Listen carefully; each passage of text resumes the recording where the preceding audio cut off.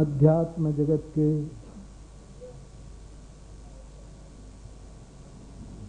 इस परम पावन पर्व पर बड़ी श्रद्धा लिए हुए आए।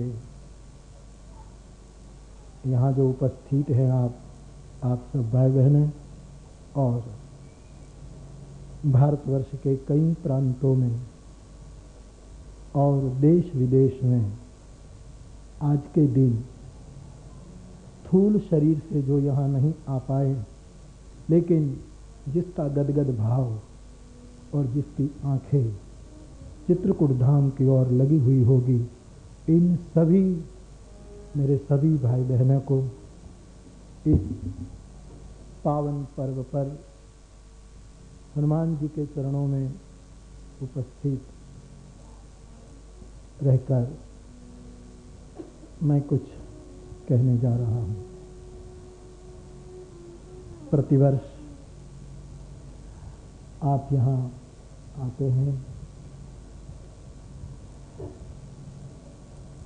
कोई न कोई बात मेरे अनुभव में जो खरी उतरती है तो मैं आपके सामने कहता रहता हूँ।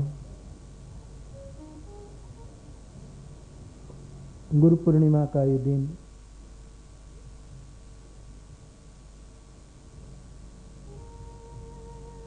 रामनवमी, शिवरात्रि, जन्माष्टमी, बहुत से पावन पर्व हमारी परंपरा में है। उसका स्थान अपनी जगह पर अनूठा और अनुपम है।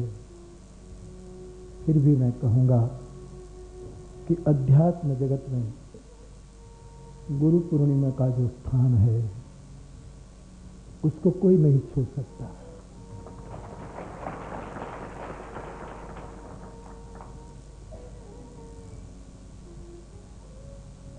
आपको, हमको, सबको गुरु की जरूरत है। सदगुरु चाहिए, उसके स्मरण का ये दिन है। कई लोग कहते हैं कि गुरु की क्या जरूरत। हाँ, आप लक्ष्य को प्राप्त कर लो, परम को प्राप्त कर लो, तब कभी आपको लगेगा कि गुरु की कोई जरूरत नहीं थी, ये तो मैं भी स्वयं कर सकता था। लेकिन ये बात आप तभी समझ सकोगे जब पा जाते हो, तब तो तुम कहोगे कि कोई जरूरत नहीं थी।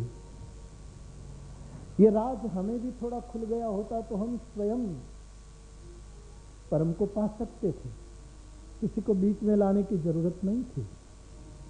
लेकिन ये तभी कह सकते हो जब कुछ पा लेते हो। पाने से पहले तो बहुत जरूरत है।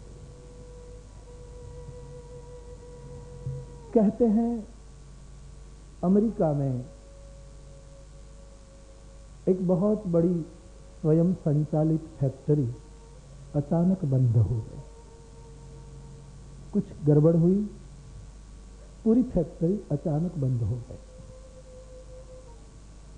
कई विशेषज्ञ, कई इंजीनियर, इनके कई मर्मज्ञ 3 दिन से खोज कर रहे थे कि क्या मामला है,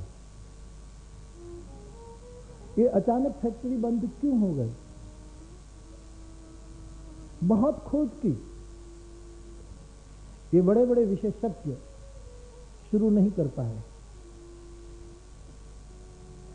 कहते हैं फिर जापान से एक विशेषज्ञ को बुलाया गया खास, क्योंकि 3 दिन में लाखों डॉलर का नुकसान कर दिया फैक्ट्री। और जापान से एक विशेषज्ञ आया, उसने देखा फैक्ट्री के सभी मशीन को और कहा कि मुझे एक स्क्रू ड्राइवर दीजिए। उसने लिया और एक स्क्रू को थोड़ा छू करके टाइट किया और तत्क्षण फैक्ट्री शुरू हो गई। सब हैरान। खुशी हुई, लाखों डॉलरों का नुकसान कर दिया था। फिर इस जापान के विशेषज्ञ को इस फैक्ट्री के मैनेजर ने पूछा कि हम आपको क्या दें? बोले $10,000। मैनेजर ने कहा कि इतना स्क्रू केवल टाइट करने का चार्ज $10,000? वो तो हम भी कर सकते। सब इस जापानी विशेषज्ञ पर टूट पड़े कि ये तो न्याय नहीं हुआ। एक स्क्रू को बस एक क्षण भी नहीं लगी आपको, ऐसे घुमाया और तत्क्षण शुरू हो गई, और इसका चार्ज $10,000। ये कोई ईमानदारी की बात तो नहीं हुई है। बड़ा सुंदर जवाब दिया कि स्क्रू ठीक करने का चार्ज तो केवल $1 ही है, लेकिन किस स्क्रू को टाइट करे उसको ढूंढने का $9,999। स्क्रू को ठीक करने का तो केवल $1 ही चार्ज, इसमें ज्यादा नहीं। लेकिन कौन स्क्रू ढीला है उसको ढूंढने का ये मेरा दूसरा। ये तो अब कि हम भी कर सकते, लेकिन जब किसी ने राज दिखा दिया तभी तो आप कह सकते। मेरे भाई बहन, तुम्हारा कोई स्क्रू ढीला है,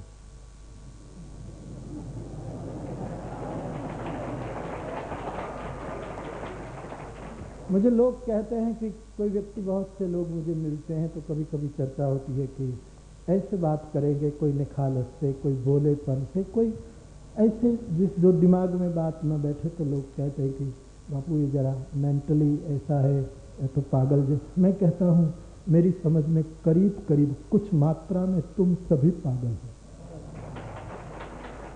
तुम इतने तंदुरुस्त नहीं हो मेरे पास जिसकी मुझे चिंता है। मेरा समाज तंदुरुस्त हो, मन से स्वस्थ, मात्रा में फर्क है। हमको लोग सज्जन सदगृहस्थ कहते हैं, इसलिए हम मान बैठे हैं कि हम पागल नहीं, लेकिन बहुत अंतरंग चक्षु से जो देखता है उसको लगता है कि मात्रा में कुछ न कुछ मात्रा में सब पागल है। आज से इस गुरु पूर्णिमा तक 1 साल में मेरे अनुभव में और जो कुछ उतरा है सो आपको कहो। सदगुरु तुमको हमको 5 वस्तु देता है। ये 5 बात मुझे इस गुरु पूर्णिमा में कहनी है। पहला,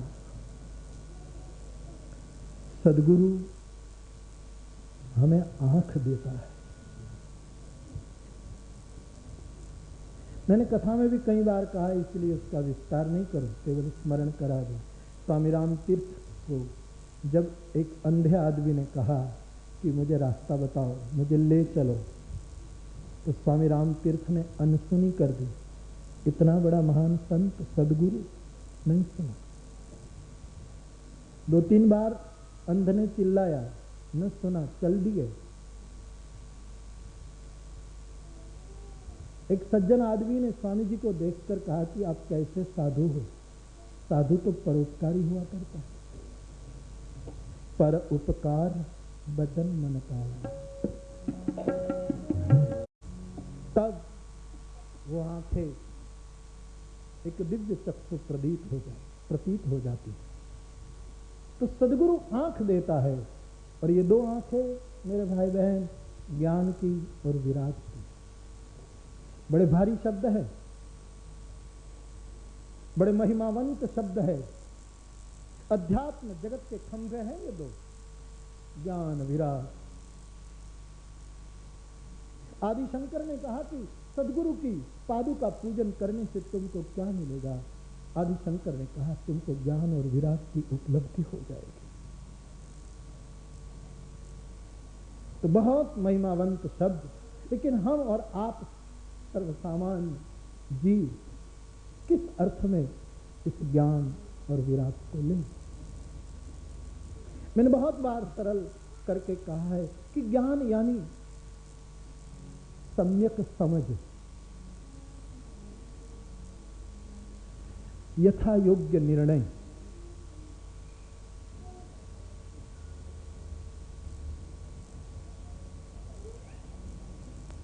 वस्तु को, व्यक्ति को, घटना को, विषय को परखने की एक सहज दृष्टि, वस्तु को, व्यक्ति को, घटना को और विषय को, इन चारों को सहज परखने की एक दृष्टि, एक समझ, एक विवेक, वो ज्ञान। और सदगुरु के द्वारा ऐसी आंख जब मिल जाती तब होगा क्या? मेरे अनुभव में दुनिया का कोई दुख तुमको दुख नहीं लगेगा। संसार में दुख है, मैं कबूल करता हूं, लेकिन सदगुरु से एक ज्ञान दृष्टि मिल जाती है तो संसार का कोई दुख महसूस नहीं होता।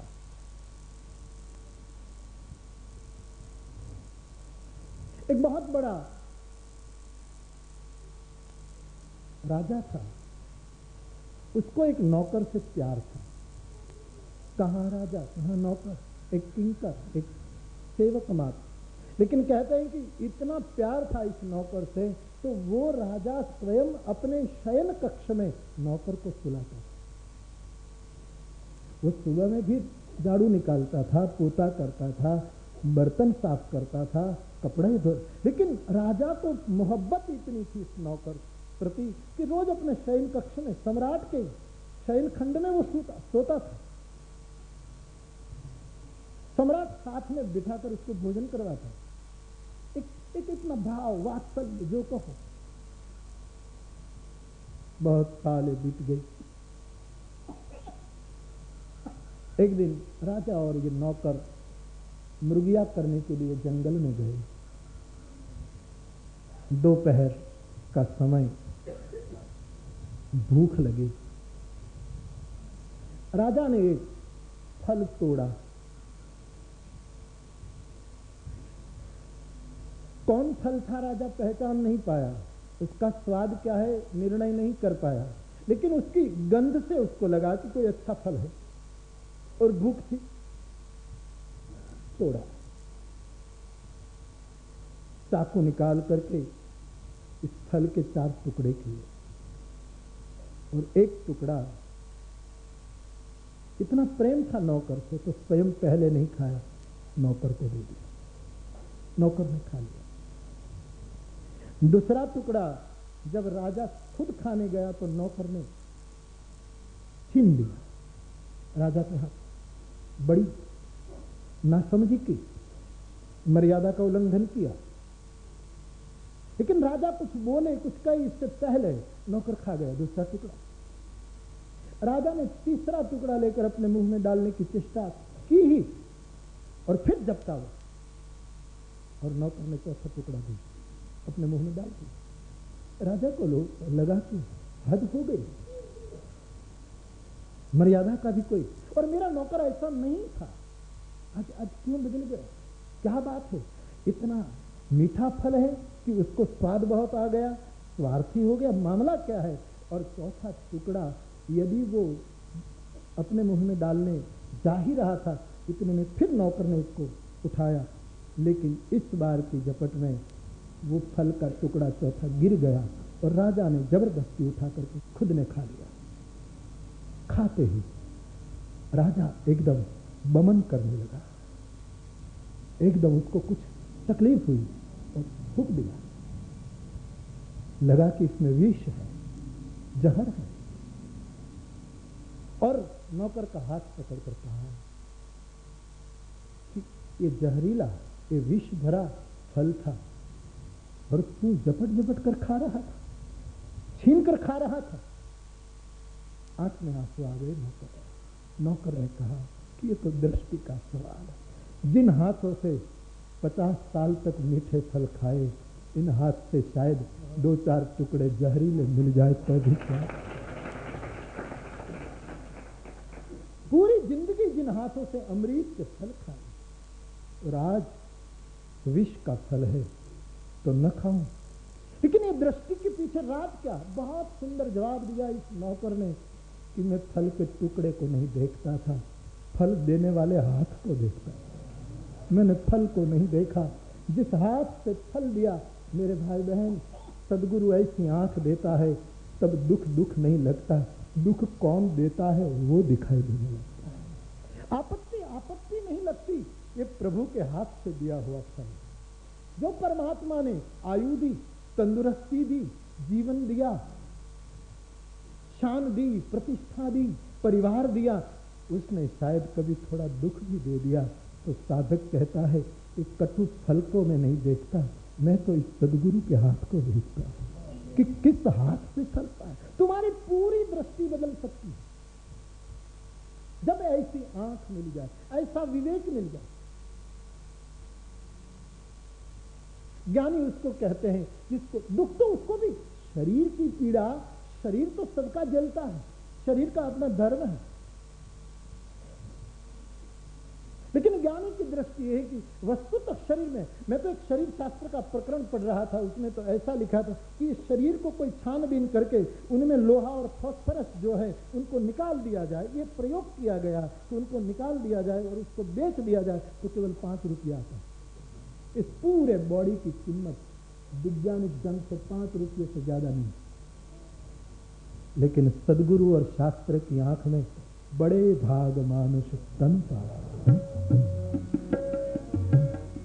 बड़े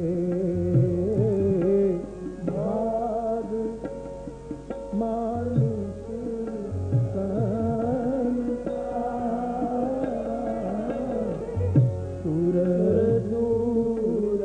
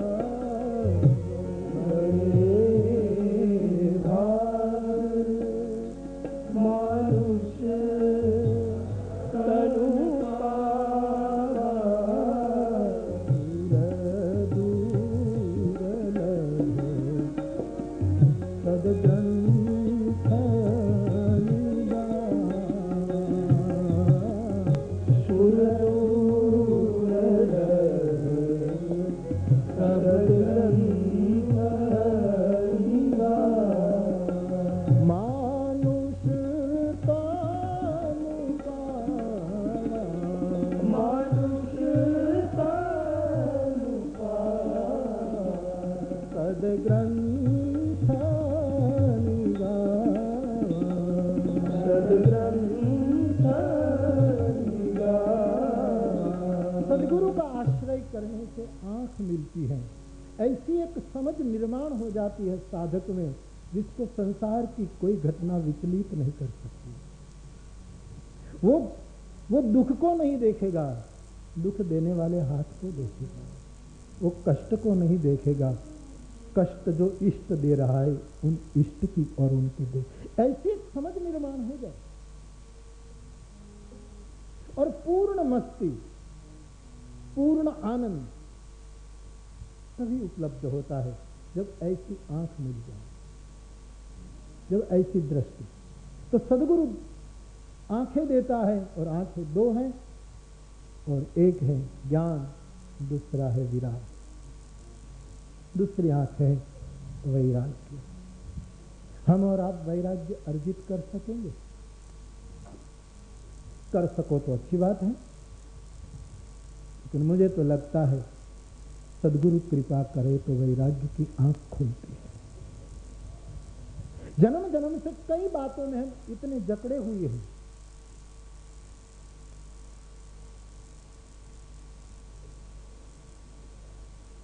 क्या स्वभाव वैरागी बन सकता है हम? हाँ जरूर, प्रभाव के लिए विराग हम दिखाई भी दें, समाज पर हमारा प्रभाव हो जाए, लेकिन स्वभावगत विराग आता है सदगुरु की कृपा से। एक घटना घटती है। मैं एक चरित्र पढ़ रहा था ईश्वर चंद्र विद्यासागर का। बहुत बड़ा बुद्धिमान व्यक्ति। उस समय कलकत्ते में प्रधान कार्य हुआ करता था पूरे देश का। कलकत्ता कैपिटल माना जाता था उस समय की बात। और उसको बुलाया गया दरबार में सम्मान के लिए। तो मित्रों ने कहा कि जब इतना बड़ा सम्मान मिल रहा है तो आप ऐसे कपड़े पहनकर जाओ, वो ठीक नहीं, कुछ अच्छे कपड़े पहनकर जाओ, आपके फटे हुए कपड़े। विरागी स्वभाव रहा होगा, मिली होगी सदगुरु से आंख, बुद्धिमान तो था ही। सोचा कि बात भी तो ठीक है, मेरे लिए नहीं लेकिन जिसके पास जाता हूं उसकी प्रतिष्ठा के लिए भी मुझे कुछ ठीक कपड़े पहनकर अच्छे ढंग से जाना चाहिए। जैसा मैं सहज हूं ऐसे जाना ठीक नहीं। निकला। उसी समय घटना घटती है। एक मुस्लिम फकीर बाजार में जा रहा था। उसकी एक छोटी सी कुटिया या कुछ मकान जैसा, आश्रम जैसा था। वो रोज टहलता था, जाता था, अपनी ही स्वाभाविक चाल थी। उसी समय उनका एक आदमी दौड़ता हुआ आया, विद्यासागर पीछे पीछे जा रहा, और एक आदमी ने आकर कहा कि बाबा आपका आश्रम जल रहा है। बिल्कुल अपनी चाल में वो चला। दूसरी बार कहा आपका आश्रम जल रहा है महाराज। तीसरी बार कहा, तब कहा कि आश्रम आज जल रहा है, इसके लिए इस 70 साल की चाल में बदलने वाला नहीं है। आश्रम तो जल गया, 70 साल से यही चाल है, यही मेरा स्वभाव है, ऐसे ही मैं चलता हूं। एक आश्रम जल गया तो मैं क्या चाल बदल दूं? और यदि चाल बदल कर जाऊंगा तो जलना तो शुरू हो ही चुका है, मेरे जाने से क्या फर्क पड़ता है? ये बात विद्यासागर ने सुनी और कहा कि जिसका आश्रम जल रहा है फिर भी उनकी चाल में कोई फर्क नहीं, और मेरा तो कुछ जला नहीं, फिर भी मैं कपड़े बदल कर चला। अरे हटो। दौड़ा वो वापस और अपने जो स्वाभाविक कपड़े थे वो ही पहनकर भरदा। ये जो विरागी स्वभाव, लिखा नहीं है इस कथा में कि ऐसे कैसे घटा, लेकिन मैं कहूंगा कि मिला होगा कोई सदगुरु, कोई ऐसी दिव्य चक्षु देने वाला मिल गया होगा कि जीवन में ऐसी सहजता आ जाए। और विराग जब तक सहज न हो, दंभ मत करना, प्रयास मत करना। इससे दुनिया 2 मिनट वाह वाह कर ले और दुनिया की वाह वाह से कुछ नहीं बना। एक रोटी भी वाह वाह से नहीं पकती। हाँ? रोटी चूल्हे पर लगाओ और 5000 लोगों को कहो कि वाह वाह बोलो, रोटी पक जाएगी? एक रोटी नहीं पक सकती है वाह वाह से। जीवन कैसे पकेगा वाह वाह? जीवन तो पकेगा अपनी सहज चाल से, अपनी जो मौलिक, और भारत का मौलिक स्वभाव वैराग्य है। दूसरे देशों की मैं नहीं कह सकता, लेकिन इस देश का तो मौलिक स्वभाव वैराग है। कितने कम वस्तुओं में गुजारा करने वाला ये देह स्वाभाविक।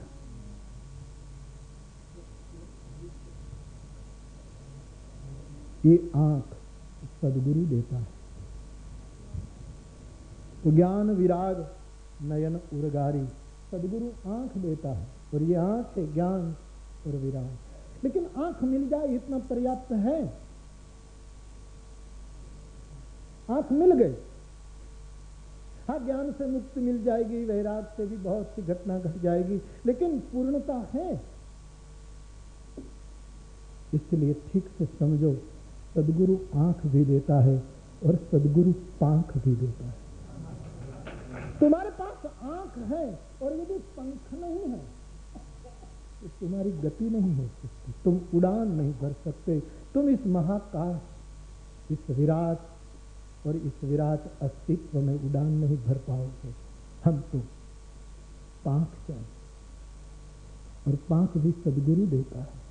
आंख, कई लोगों के पास आंख है, बोलेगा तो लगेगा कि आंख तो अद्भुत है, क्या दृष्टि है, क्या विचारधारा है, क्या व्याख्या है, क्या शब्द सामर्थ्य है, क्या बादशाह की तरह बोलता है। लेकिन जीवन देखोगे तो कोई उड़ान नहीं, पांख बिल्कुल कटी ही, या तो पांख उगी ही नहीं, निकली ही नहीं। मैंने कल भी कहा कि व्यक्ति के जीवन में दोनों चीज चाहिए, जागरण भी चाहिए और आचरण भी चाहिए। ज्ञान जागरण का प्रतीक है, लेकिन उनके साथ आचरण भी तो चाहिए। तुम लाख समझदार हो, लेकिन तुम्हारे केवल परिवार को भी तुम ठीक से न संभालो। और मेरे श्रोताओं को मेरी ये डांट है बार बार, तुम्हारे जीवन में ये बात ना आई तो तुम्हारा जागरण इतना मूल्यवान नहीं है। एक पंख से उड़ नहीं पाओगे।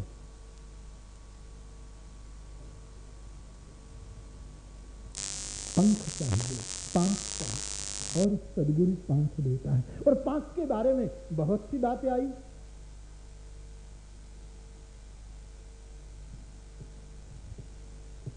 दादू गैब में गुरु मिला, पाया परम प्रसाद। संत दादू कहता है मुझे गैब में गुरु आया है। किसी ने पूछा कि कहां से मिला? कोई गुफा से? बोले नहीं। कोई आश्रम से? कहे नहीं। कोई मंदिर से मिला? बोले नहीं। कहां से मिला? बोले दादू गैब से गुरु मिला, मुझे गैब से मिला। फिर दादू को पूछा गया गैब का अर्थ क्या? बोले रास्ते में चला जाता था और रास्ते में मिल गया, सहज मिल गया, ऐसे ही मिल गया, मेरा हाथ पकड़ लिया और मेरी पंख लगा दी मेरे को। पाया परम प्रसाद। मैं तो कुछ नहीं करता था, मेरे से कुछ नहीं हुआ था, अपनी ओर देखता हूं तो मैंने कुछ नहीं किया, दादू कहते हैं। लेकिन आज जो कुछ हूं पाया परम प्रसाद। ये उनके प्रसाद की कृपा है, ये प्रसाद का फल है। मैंने कोई मजदूरी नहीं की, मैंने कोई श्रम नहीं किया कि उसका एक फल मुझे मिला। ये प्रसाद के रूप में भारतवर्ष का बहुत पावन और अद्भुत शब्द है प्रसाद। पाया परम प्रसाद। दादू सिर पर कर धरा। फिर तुमने क्या किया? तो दादू ने कहा कि मैंने सिर झुका दिया। तो फिर गुरु ने क्या किया? सिर पर हाथ रख दिया और पावा अगम अगाध, और मेरी घटना घट गई। मुझे पंख लग गए, मुझे इतना प्रेम दिया, रास्ते में चलते चलते हाथ पकड़ दिया। दादू गैब में गुरु मिला। और जिसको भी गुरु मिलता है, ध्यान देना, आपके प्रयास से नहीं मिलता है। आप शांति से सोचेंगे तो उस क्षण को कि जब कोई मिला हो, वो क्षण में आपको पता लगेगा कि सहज में मिल गया था, कोई अर्जित तो नहीं किया था, बात रास्ते में मिल गया था, अकस्मात मिल गया था। हम तो जरा भी तैयार नहीं थी, हम तो शायद संशय लेकर गए थे, हम तो देखने भी गए थे कि क्या मामला है, क्या होने जा रहा है, क्या कोई इतनी वाह वाह कर रहे, बात क्या है। लेकिन जब आया तो हाथ पकड़ लिया। दादू गैब में गुरु मिला और मेरे सिर पर हाथ रख दिया। गुरु सिर पर हाथ कब रखता है? जब शिष्य सिर झुकाने को तैयार होता है। जब तक सिर झुकाने के लिए तैयार न हो। गंगा कब सागर को मिल सकती है? जब हिमालय के गोमुख से वो नीचे उतरना शुरू करती है।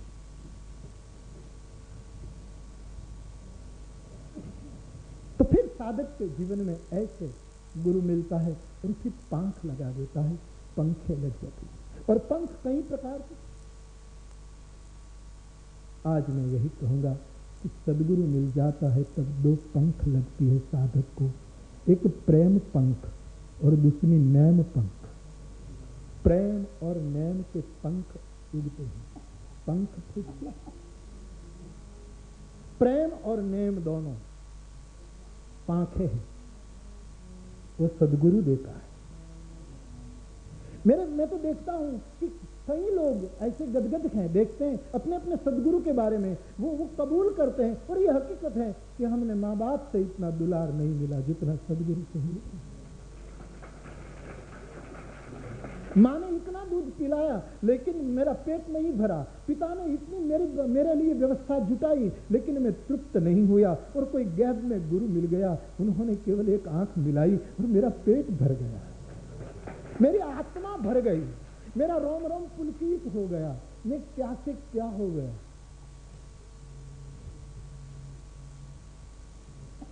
सदगुरु प्रेम देता है, प्यार देता है, और फिर प्यार और भाव के प्रेम जगत में आचार्यों ने बहुत से स्थान, इसमें एक स्थान प्रेम में डांट भी है,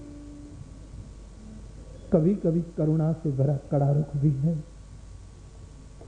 लेकिन आखिर में करुणा का सदगुरु कौन है? गुरु के लिए गोस्वामी जी ने कौन शब्द का प्रयोग किया?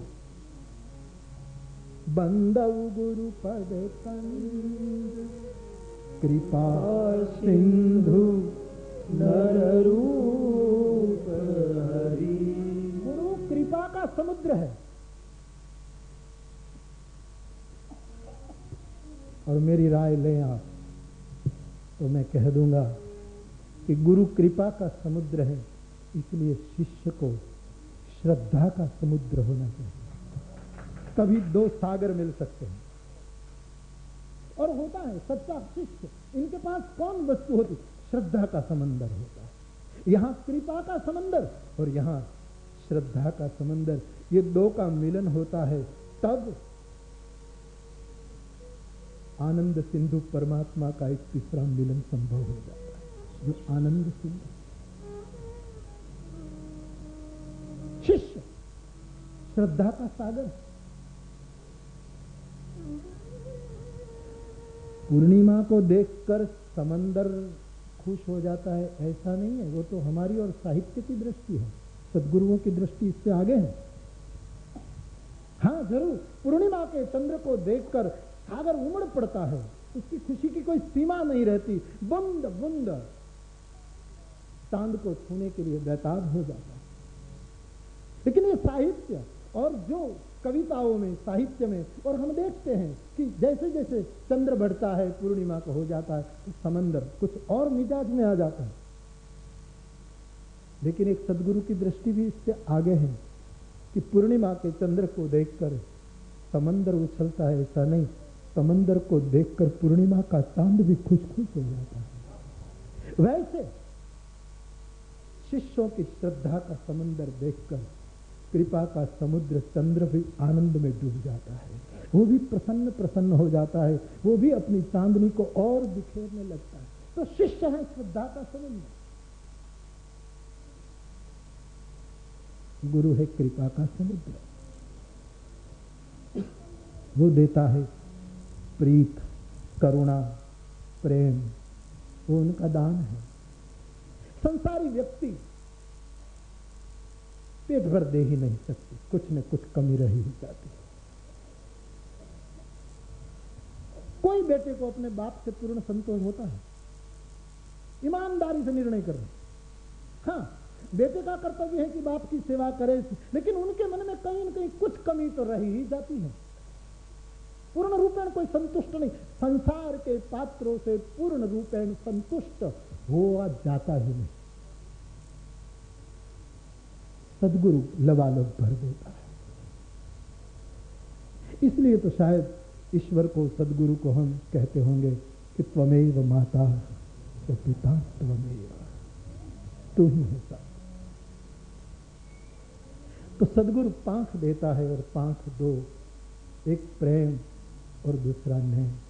ये प्रेम से तुमको नेम में उतारेगा, दुलार से पीठ थपथपा करके सिर पर हाथ घुमाता हुआ कहेगा, बेटा ये करो, इतना थोड़ा निर्वाह करो, ये करो, ये करो। और जब प्रेम और नेम, और हम और आपने बहुत गलत अर्थ, मैंने कथा में भी बहुत बार जिक्र किया है इसका, कि लोग कहते हैं प्रेम आया तो नेम नहीं, नेम की क्या, लेकिन वो तो कोई अपवाद है। मीरा, भरत, फिर भी भरत नियम में रहे। मीरा नाची होगी तो लोगों को लगा होगा कि राजस्थानी मीरा नाची तो ये मर्यादा नहीं, लेकिन नाची थी तो ताल में नाची थी, ताल बिना नहीं नाची थी। ताल की मर्यादा में नाची थी, संगीत की मर्यादा में नाची थी, सुर के साथ नाची थी, बेसुर नहीं नाची थी। वो नियम का निर्वाह है। संसार को लगा कि संसार का निर्वाह टूटा, लेकिन स्वर और संगीत और ताल और संगीत शास्त्र का निर्वाह उसने जरूर किया।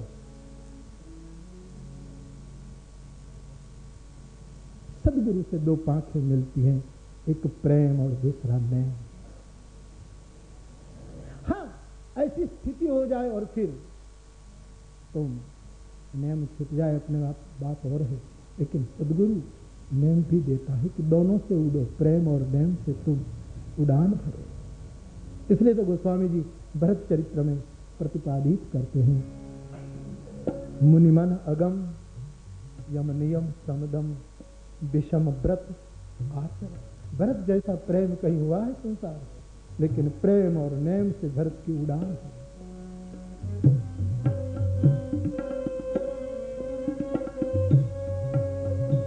सिय राम प्रेम पीयूष पूरन होत, जन्म मन भरत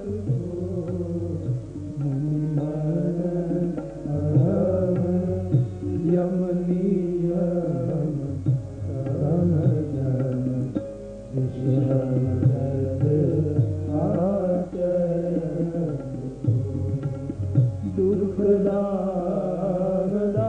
दारिद दंभ दूषण सुजत, निस अपहरत को कलिकाल तुलसी से कठिरा मुख करत को राम, मुख करत को राम, मुख करत को। प्रेम और नेम की पांखें सदगुरु देता है।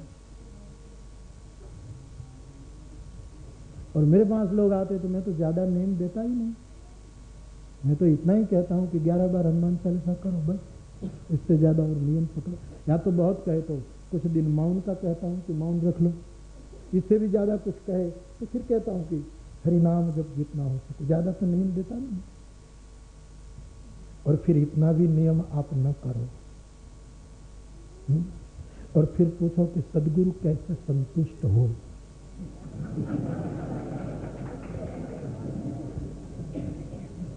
सदगुरु को तुम रोटी ही न दो, केवल सोने की थाली ही दो, सुवर्ण की थाली दे दो, कटोरे रख दो, लेकिन उसमें रोटी न दो, उसमें सब्जी न दो, उसमें दाल न दो, चावल न दो, तो क्या वो सोना खाएगा? तुम आज गुरु पूर्णिमा के दिन आते हो, कितनी चीज वस्तुएं मेरे चरण में रख देते। हाँ, मैं समझता हूं कि श्रद्धा फूल नहीं होती, एक भाव है, इसलिए देने में दिखाई नहीं देता। इसलिए श्रद्धा रूपी भाव को देने के लिए स्थूल रूप में हमने कुछ न कुछ उपाय बना लिए कि कुछ वस्त्र दे दे, कुछ फल दे दे, समीप दे दे, कुछ पैसे दे दे, कुछ दे। इस आखिर में तो श्रद्धा ही है ना। लेकिन श्रद्धा चली जाए, नियम छूट जाए, नियम तोड़ दो। हाँ, एक ऐसी स्थिति आए तब नियम छूट जाए, वो मैं स्वीकारता हूं। मैंने कल भी कहा कि तुम्हारी निष्ठा बढ़े बढ़े बढ़े बढ़े और तुम अदासी पर चढ़ जाओ, फिर सभी सीढ़ी के सोपान छूट गए, वो कबूल कर सकता हूं। लेकिन गुजरना होगा धीरे धीरे, वरना क्या होगा कि आप ऐसा मानोगे कि अब हमने ऐसे ही कर लिया, तो थोड़ा नियम। और मेरी मांग केवल इतनी 11 बार हनुमान चालीसा। लोगों को लगता है ये बार बार हनुमान चालीसा चिल्ला रहे। हनुमान चालीसा सिद्ध है, इसका मुझे अनुभव है, इसलिए मैं वो कहता हूं।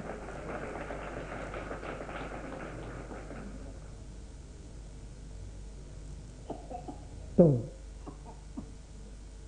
प्रेम और नेम दोनों पांख है, वो सदगुरु देता है।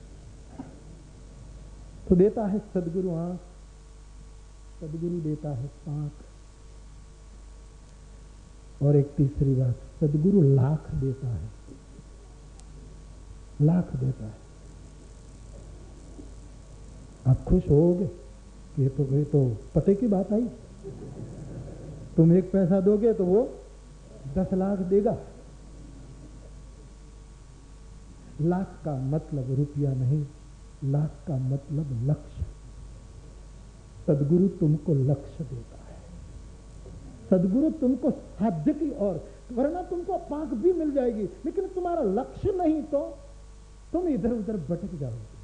आंख भी मिली, पांख भी मिली, लेकिन कोई मंजिल, कहां जाना है तुमको, कहां पहुंचना है, कहां तुम्हारा अंतिम टर्मिनस, अंतिम स्थान कहां है, कहां तुमको हाश कहना है, हे हरि कहकर कहां बैठ जाना है शांति से, वो मंजिल, वो लक्ष्य। इस अर्थ में लाख देता है। बाकी तो लाखों रुपया आप अपनी बुद्धि से, अपने प्रारब्ध से, अपनी चालाकी से।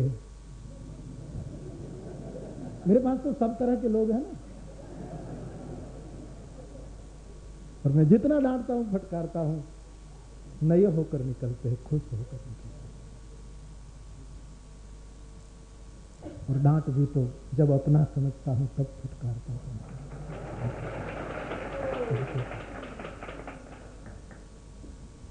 लाख का मतलब रुपये आने में नहीं, लाख का मतलब लक्ष्य। लक्ष्य नहीं तो फिर कैसे? लक्ष्य में 2 बात। आशियाना से पक्षी उड़ा तो वो उसको जहां जाना है वहां पहुंच गया, वो भी लक्ष्य, अच्छी बात है। लेकिन मेरी समझ में ये भी कि यदि पक्षी उड़ा और जहां जाना वहां न पहुंच पाया तो कम से कम वापस अपने आशियाने में लौट गया, वो भी लक्ष्य। तुम अपने एड्रेस पर आ जाओ, तुम अपने मूल स्थान पर आ जाओ, जो तुम्हारा असली स्थान है, जहां से तुम उड़े थे कभी। और आखिर पक्षी के उड़ने में लक्ष्य कोई भी हो, आखिर अध्यात्म जगत की उड़ान तो वही सत्य है कि लौ घूम घूम घूम कर जहां से शुरू किया था वहीं ही जाना पड़ता है, वही लक्ष्य। वो लाख देता है, लाख रुपये की बात बता देता है, लाख रुपये की कोई एक बात, एक सूत्र दे देता है, इस अर्थ में लाख देता है। पैसा सदगुरु नहीं देता, पैसा तो बिल्कुल सामान्य। और मेरे पास तो जितने ज्यादा आते हैं दुखी होते जा रहे हैं पैसे के बारे में, कुछ न कुछ गड़बड़ हो जाती है, क्योंकि इसमें पैसे का प्रश्न नहीं है, वो तो तुम्हारा अपना क्षेत्र है। वो लाख देता है, तुमको लक्ष्य देता है, तुमको एक निशाना कि तुम्हें यहां जाना है, उसी जगह पहुंचना है, उसी को पाना है, वो लाख देता है। क्या है? कुछ हुआ? अच्छा, तो देता है आंख, देता है पांख, देता है लाख, लक्ष्य देता है। सदगुरु एक चौथी चीज देता है, और बहुत ठीक से समझना। सदगुरु आपको राख देता है, जैसे कोई भस्म देता है ना, भभूति देता है ना। लेकिन ठीक से समझना है, तो मुझे कहना पड़ता है कि राख देता है, लेकिन सदगुरु तुमको कर राख देता है ऐसा नहीं, तुम्हारे हाथ में अथवा अपने हाथ से राख देता है।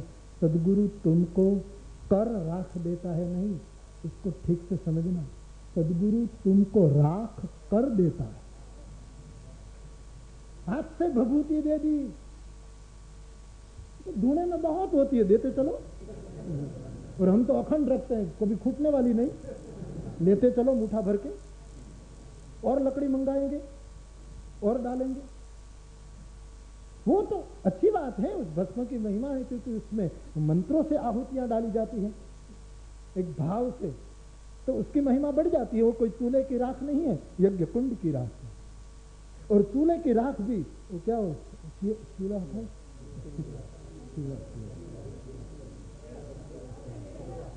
तुम समझ गया बस मारे बता। इस चूल्हे की राख यदि लगा दो तो वो कुछ जिसको विकारों का वो हो जाता है, उसको गुरु राख कर देता है। उसको बस तुम्हारे अस्तित्व पर खतरा है, ध्यान देना। सदगुरु के पास गए तो तुम्हारा अस्तित्व, तुम जो मान बैठे हो कि हमारा ये अस्तित्व, हम ये, उसको खलास करता है, उसको राख करता है, उसको मिटाता है, उसको भस्म कर देता है। और कोई भस्म कर दे वो तो अच्छा आदमी नहीं, लेकिन सदगुरु शिष्य को भस्म करके फिर उसी भस्म को भाल में लगा लेता है। त्र्यंबकम जजामहे सुगंधिम पुष्टिम वर्धनम, ये अपने भाल में इस शिष्य को खत्म नहीं करता, अपने भाल का श्रृंगार बनाता। सदगुरु शिष्यों से खूबसूरत लगता है, अपने शिष्यों से, जिसको उसने राख कर दिया है, तो राख कर देता है। सत्संग करते करते मैं देखता रहता हूं, कई लोग थे ऐसे नहीं रहे, बस जल गए राख, कई मात्रा। हाँ, कई लोगों को लगता है कि कुछ लोगों में परिवर्तन नहीं, वो तो तुम्हारी दृष्टि से, देखता तो मैं हूं, तुम क्या देखो। और कुछ भी परिवर्तन यदि नहीं होता तो क्या मेरे पास रखता, मुझे क्या लेना देना है इनसे।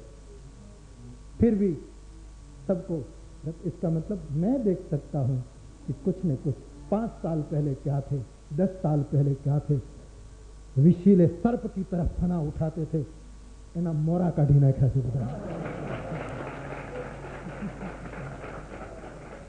फुफाड़ा मारता था। गुरु ने बीक लागे मने करडी जैसे, मने चढ़से आ। बहुत मात्रा में फर्क आ रहा है मेरे भाई।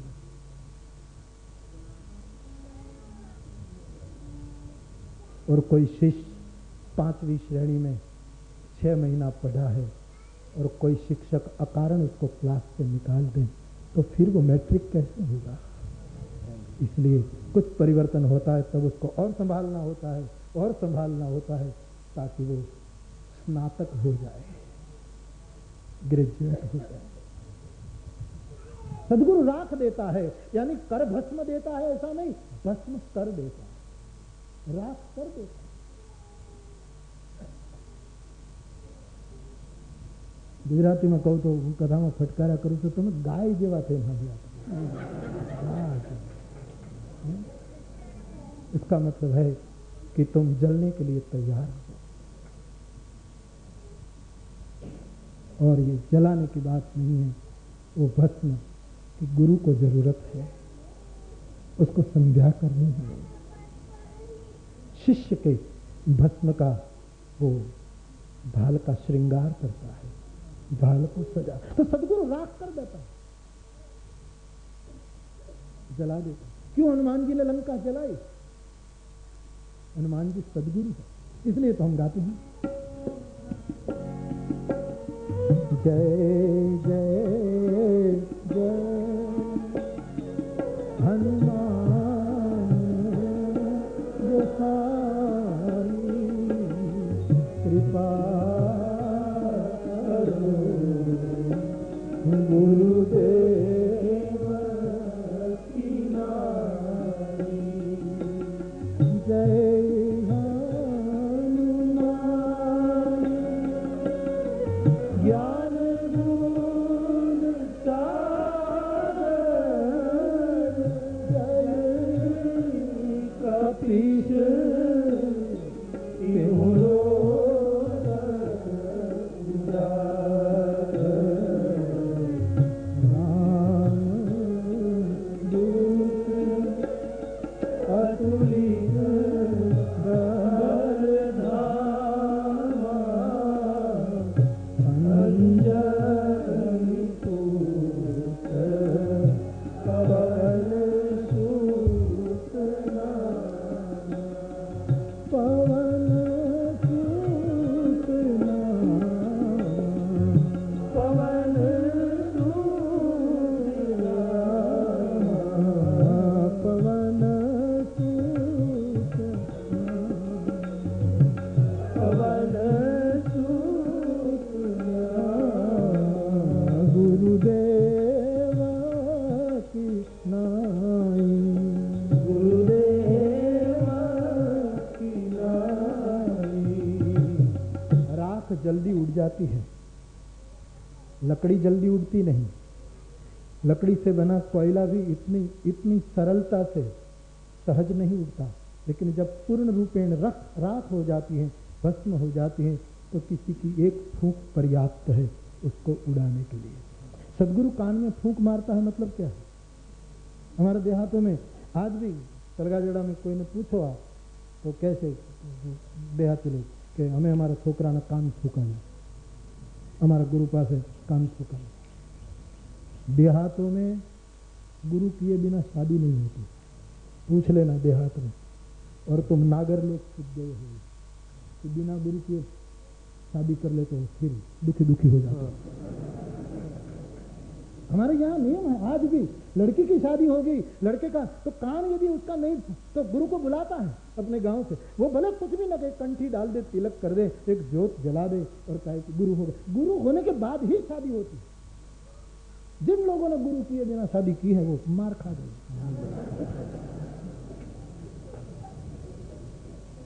गुरु होने और मार तो कैसे खा गए हैं।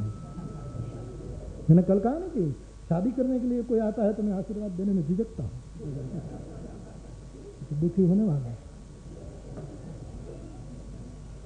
लेकिन सदगुरु से आंख मिल गई होगी तो दुख में पत्नी का हाथ नहीं लगेगा, पत्नी को पति का हाथ नहीं लगेगा, लेकिन सदगुरु के हाथ से वो कटु फल मिल रहा है ऐसा हाथ लगता है। दृष्टि मिल गई तो। एक भाई को किसी ने पूछा कि 50 साल हो गए आपकी महाशय, शादी क्यों नहीं की? अरे बोले छोड़ो बात। नहीं बोले समझाओ तो, मार्गदर्शन मिले तो, अनुभवी है कुछ तो होगा। बोले नहीं छोड़ो बात। लेकिन क्यों नहीं की? आपको कोई लड़की नहीं मिलती थी क्या खूबसूरत हो? नहीं की। एक घटना घटी इससे। मतलब क्या घटना तो बताओ तो सही, हमको मार्गदर्शन में। बोले एक होटल से निकल रहा था, बड़ी भीड़ थी, बड़ा शोरगुल था, सब अपनी मस्ती में थे, तो मैं निकल रहा था। इसमें एक बहन के पैर पर मेरा पैर पड़ गया भीड़ में, किसी एक बहन के पैर पर भीड़ में, और मेरा पैर उनके पैर पर पड़ा तो इतनी वो आग बबूला हो गई। मुझे लगा कि नवरात्रि से पहले चंडी कहां से आती है। मुझे लगा कि मेरा गला घोट देगी, इतनी आक्रामक और मार ही देगी। लेकिन जैसे वो मुझे मारने के लिए और गुस्सा करने के लिए मेरे सामने मुड़ी और मुझे देखा, देखते ही शांत हो गई, जा। तो मुझे तो आनंद हुआ, लेकिन मैंने पूछा कि बहन जी क्या बात है? बोले मुझे लगा कि मेरे पति ने पैर दबाया है। तो पति ने जा, वो होता तो देख लेता मैं कि पैर कैसे दबा। तब से मैंने नक्की किया कि शादी करना खतरा है, ऐसे ही रहना ठीक है, वरना ये गड़बड़ हो सकती।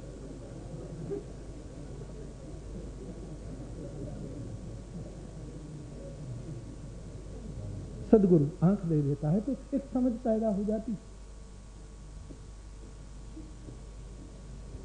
गांव देहातों से सीखो, गुरु किए बिना ब्याह नहीं होता। और गुरु कुछ नहीं करता उस समय। गुरु क्या करता? बस एक हाथ रख देता, लेकिन एक कितनी तसल्ली, एक कितना कितना एक बल मिल जाता है। नुगरा ब्याह नहीं हो, हाय हाय, नुगरा गाल है, गाली है तो नुगरो से, नुगरा गाली है देहातों। कहने का मेरा अभिप्राय, एक फूंक देता है, राख बना करके तुमको अस्तित्व में बिखेर देता है, तुमको अपनी मूल जगह पर मूल विराट से जोड़ देता है, फूंक मार देता है। बहुत अच्छी ये पद्धति थी कान सो क्या। तो गुरु राख कर देता है, गुरु भस्म कर देता है, इस अर्थ में राख देता है। तो गुरु देता है पांच, गुरु देता है आंख, गुरु देता है लाख, गुरु देता है राख, और पांचवा और अंतिम सूत्र इस गुरु पूर्णिमा का, गुरु देता है साख। जब तुम जाओगे तब साक्षी बनकर खड़ा रहता कि ये मेरा है, ले लो उसको। साख, कौन साक्षी पुरेगा तुम्हारी? कौन तुम्हारे लिए हरि के द्वार कहेगा कि नहीं ले लो? अरे बोले उसने ऐसा किया, जो भी किया लेकिन था मेरा।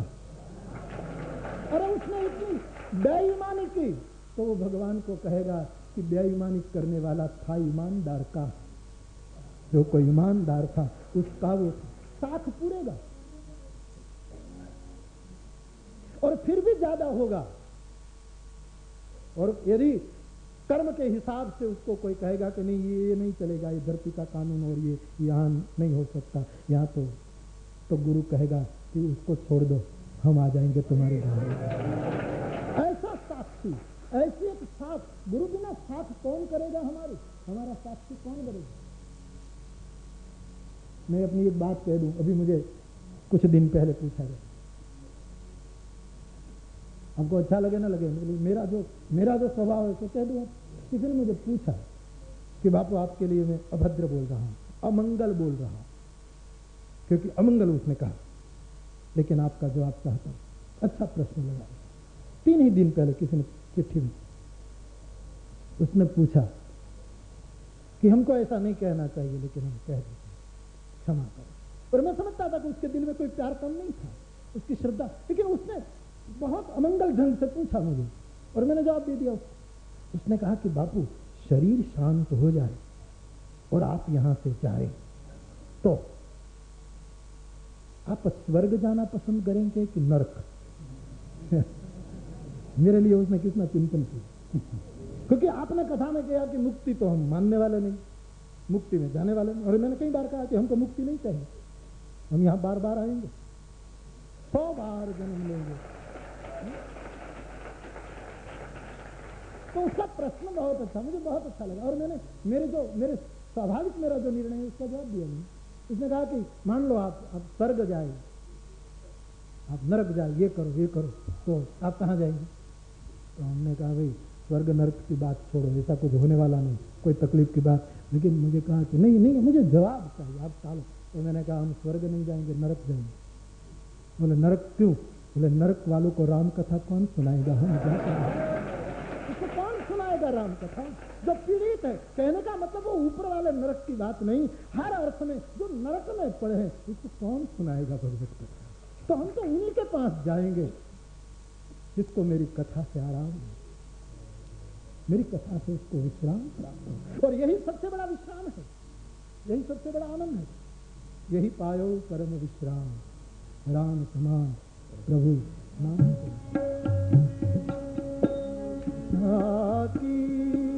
कृपा लवलेश से मति मंद तुलसीदास आयो परम विश्राम, राम समान प्रभु नाहि कहो, समान प्रभु नाहि। हम पर यदि छोड़ दिया जाए कि कौन स्थान आप पसंद करे, तो हम कहेंगे कि हम उस समाज में जाएंगे, उसी के साथ बैठेंगे जिसको राम कथा से विश्राम की जरूरत है। जो नर्क जैसा जीवन जी रहे हैं, जो नारकीय जीवन में है, उसको सुख देने की चेष्टा करेंगे। कहने का मेरा अभिप्राय, गुरु साख देता है, गुरु साक्षी देता है। कौन साक्षी देगा? और शास्त्रीय नियम है ना। मैं याद करूं परम पूज्य डोंगरे जी बाबा को,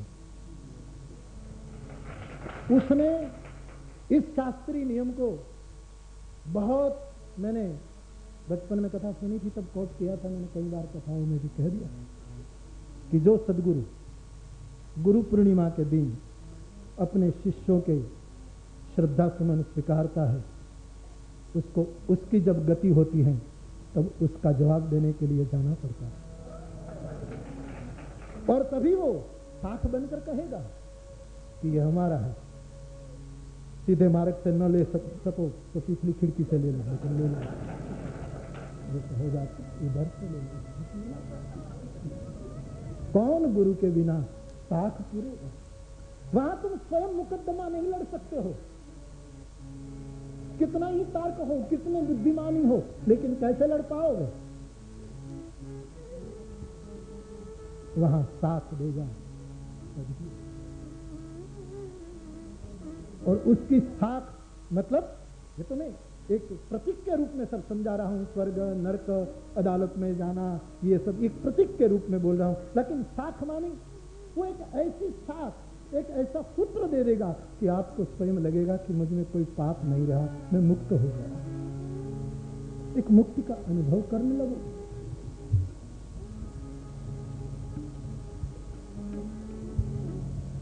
मैं कभी कभी कहता रहता हूं कि एक आदमी में इतना मानसिक सामर्थ्य था कि वो आंख से देखता तो किसी के हाथ में सलिया हो ना लोहे का, वो मुड़ जाता था।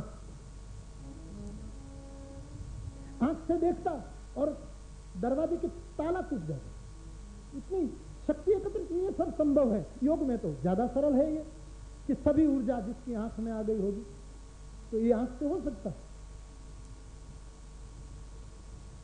और पूरा संसार इससे एकदम वो था कि क्या मामला, कोई भी जेल में उसको पुर दो, 1 मिनट में जेल का ताला टूट जाता, वो देखे और ताला टूट जाए और वो बाहर, दूसरी मिनट में बाहर हो जाता है आदमी। फिर कुछ पुलिस मैनों ने योजना बनाई कि ये आदमी कैसे भी लॉक से निकल जाता है, क्या बात।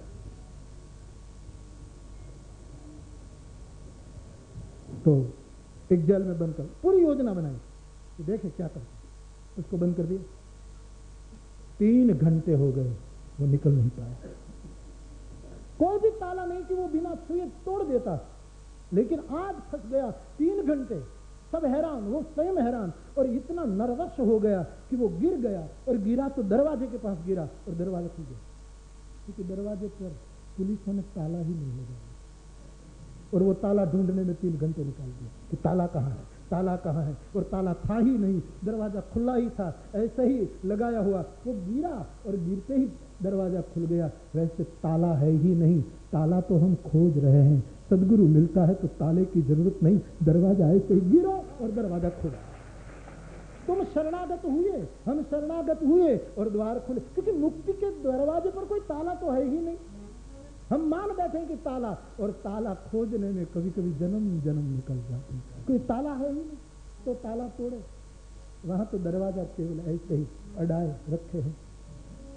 कोई गिरता है सदगुरु के चरणों में, दरवाजा खुल जाता है, मुक्ति का प्रवेश मिलने लगता है, तो गुरु ऐसी साथ देता है। तो इस गुरु पूर्णिमा में 5 बातें याद रखना।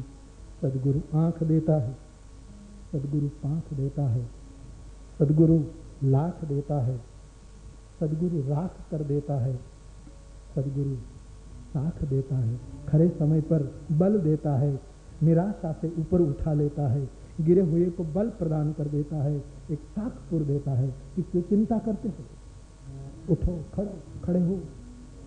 तो 5 वस्तु सदगुरु देता है, और सदगुरु को शिष्य और कुछ न दे। हाँ, सब प्रतीक और बात है, ठीक है, लेकिन गुरु को इतने अवधरदानी को इतने महान दानी को हम और आप क्या दें, एक ही वस्तु देनी होती है, अपने हृदय की 100% श्रद्धा, 100% श्रद्धा।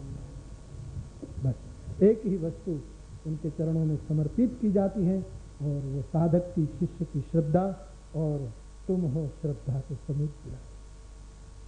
तुम्हारे पास श्रद्धा है, सबके पास श्रद्धा है, लेकिन बिलक बिलक जगह पर बांट दी है। कुछ श्रद्धा इधर, कुछ यहाँ, कुछ रुपयों में, कुछ प्रतिष्ठा में। हर बैंक से ले लो, रुपये उठा लो और एक ऐसी फिक्स डिपॉजिट कर दो कि रोज बढ़ती चले, रोज बढ़ती चले। तो हमारे जीवन में और आपके जीवन में आज का दिन सदगुरु के चरणों में अपनी 100% श्रद्धा सुमन समर्पित करने का दिन है। हम प्रतिवर्ष इस परम पावन अवसर पर प्रतिवर्ष यहाँ मिलते हैं, अपने अपने गुरु के चरण में अपनी भीतरी श्रद्धा समर्पित करने के लिए। और मुझे कुछ नहीं कहना है, हनुमान जी के चरण में खड़ा हूँ।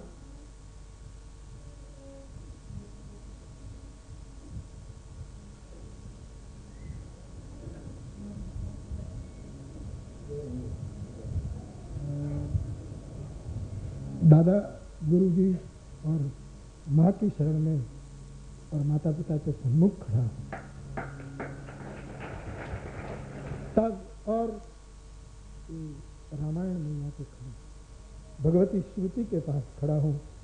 मानस और रामायण में मैंने तो आपको गंगोत्री में कह दिया कि मेरे जीवन में 3 माताओं का बहुत योगदान।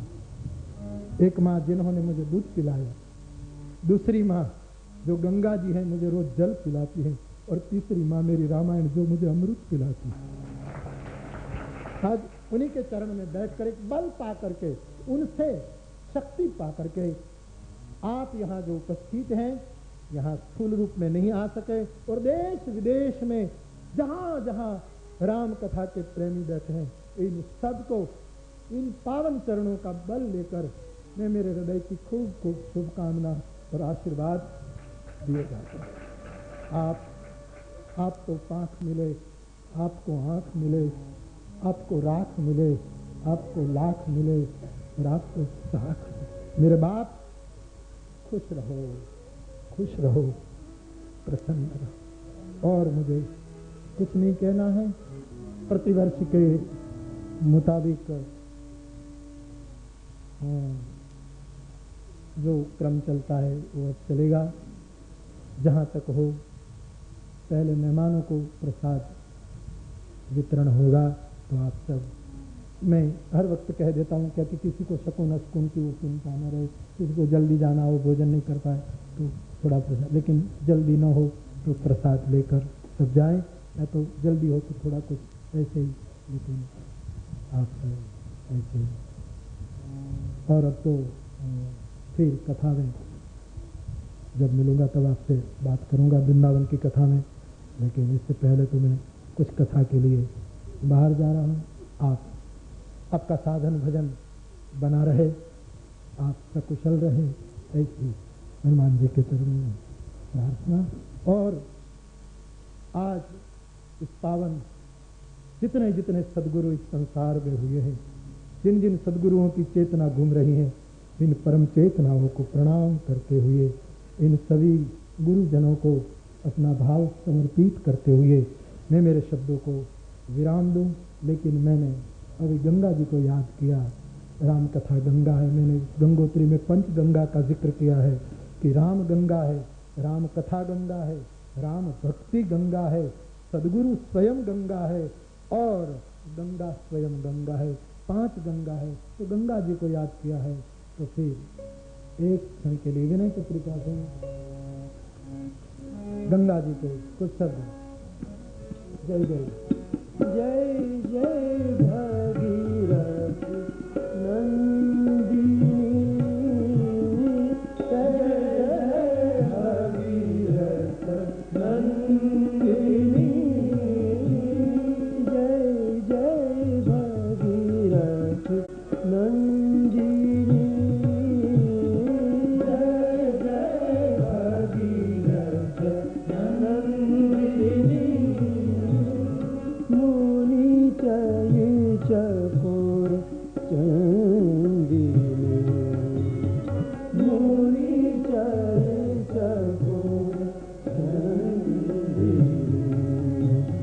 नर नाग विबुध बंदिनी, नर नाग विबुध बंदिनी।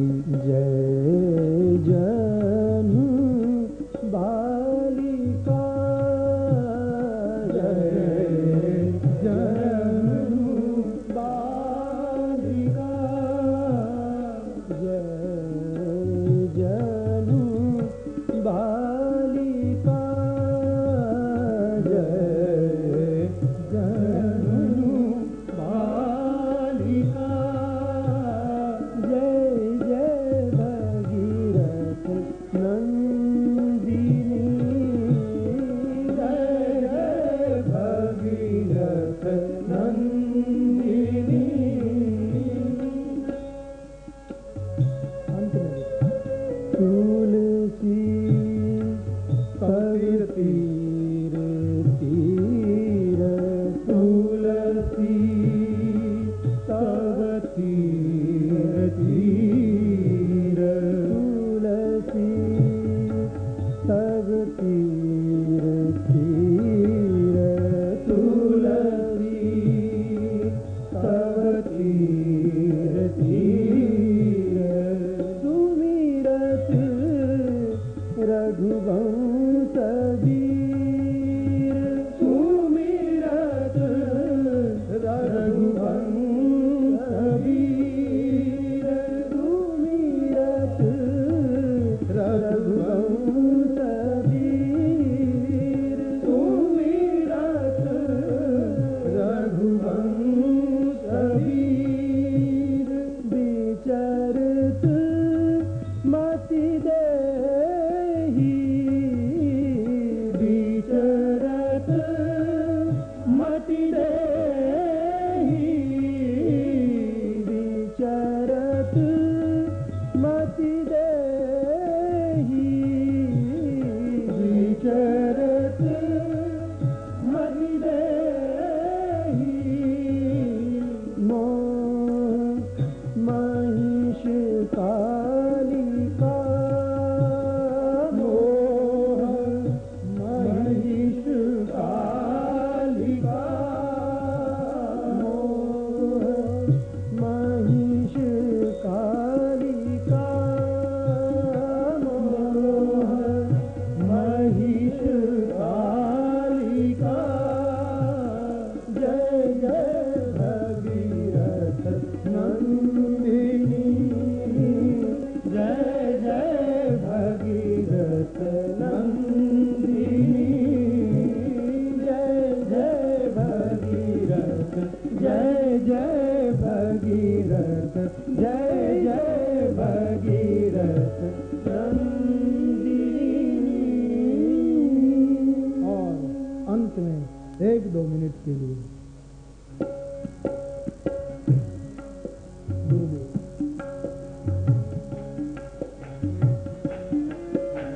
तुम्हारी जय जय,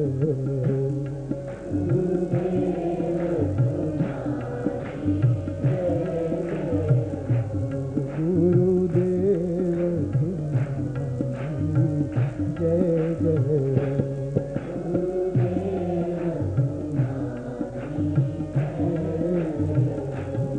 महादेव तुम्हारी जय जय हो, महादेव तुम्हारी जय जय हो, महादेव तुम्हारी जय जय हो।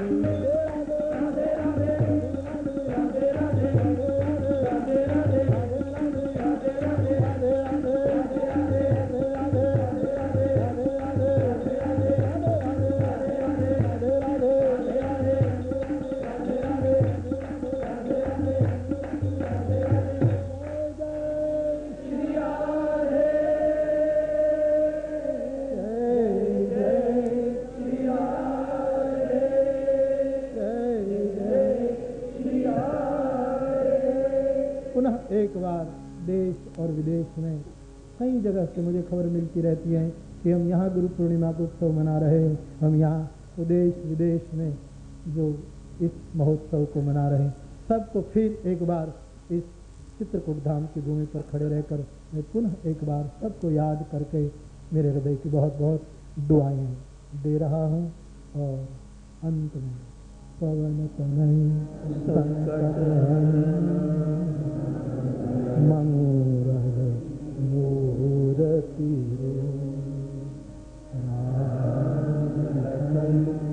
गीता सहित